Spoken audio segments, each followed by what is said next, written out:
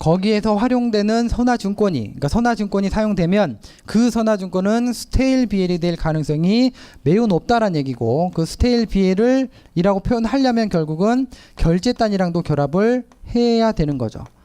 만약에 신용 결제 방식을 신용장 방식으로 택했을 경우에 제시된 선화증권은 스테일 BL이 될 가능성이 매우 높고, 이런 스테일 BL이 제시가 되면은 UCP 614조 C항에 의거해서 수리 불가이다. 이게 이제 원칙적인 신용장 법률 관계에서의 서류의 처리가 되는 거예요. 하지만 여기에 대해서 어떻게 당사자가 이러한 스테일 BL을 신용장 거래에 무리 없이 사용할 것인가 라는 부분들은 당사자가 명시적으로 특약 조건을 이용해 가지고 스테일 BL acceptable 요 문구를 명시로 삽입해야 된다. 그러니까 이 그림만 그려놓으면은 전혀 어떻게 나오든 간에 다 쓸 수 있다. 요거예요. 다 쓸 수 있다. 그게 이제 스테일 BL과 관련된 부분이 되겠습니다. 자, 그래서 1, 2, 3, 4, 5, 6 5번까지 6번이 없네요. 5번까지 요거는 정리를 해 주시면 되겠고요.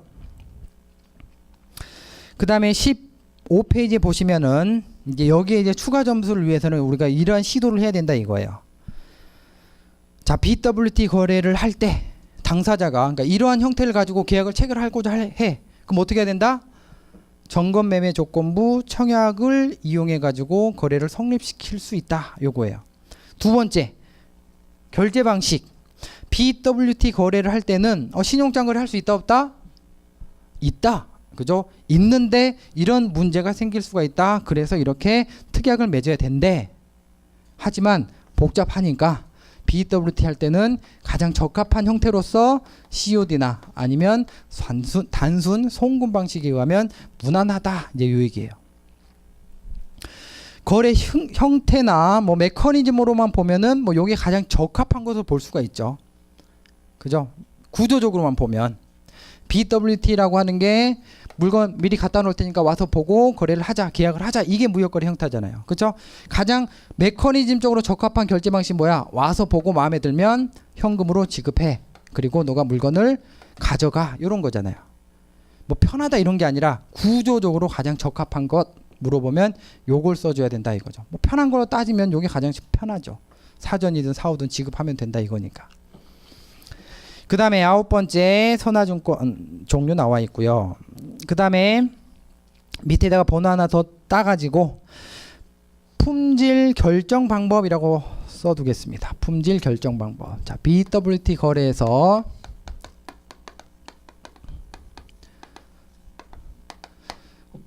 계약 성립된 이후에 품질을 어떻게 결정할 거니? 품질 조건 어떻게 하면 돼요? 그렇죠. 점검 매매에 의한 품질 결정 방법을 택하면 가장 적합한 거죠. 견본 매매 아니야. 명세서 매매 아니야. 규격 매매 아니야. 어떻게? 점검 매매에 의하면 가장 적합한 품질 결정 방법이 된다. 그래서 요건 역시 뭐 결합 문제 형태로서 무역의 형태와 품질 조건이라고 하는 결합 문제 관점에서 보시면 점검 매매 조건, 그죠? 점검 매매에 의한 품질 결정 방법, 이것도 우리가 적극적으로 어필할 수가 있겠습니다. 메모 그렇게 하나 해두시면 되겠습니다. 그 다음에 물품의 인수도 장소, 뭐 외국인도 수출, 외국인도 수입. 그래서 요 자체적으로도 물론 중요합니다. 그리고 역시 대외무역법 상에서도 어떻게 해석해야 될 것인가. 그러니까 인정 범위와 인정 시점과 인정 금액 어떻게 할 것인가 당연히 중요합니다. 그리고 추가적으로 어디까지 봐야 되냐면 6번에 나와 있는 건 중개무역과 비교를 통해서 특징이, 그러니까 중개무역이랑 비교를 하면은 특징을 정확하게 도출할 수가 있는 거예요. 그렇죠? 그래서 그런 시도는 반드시 하셔야 됩니다. 그러니까 가장 일반적으로 예상할 수 있는 문제 요건 거예요.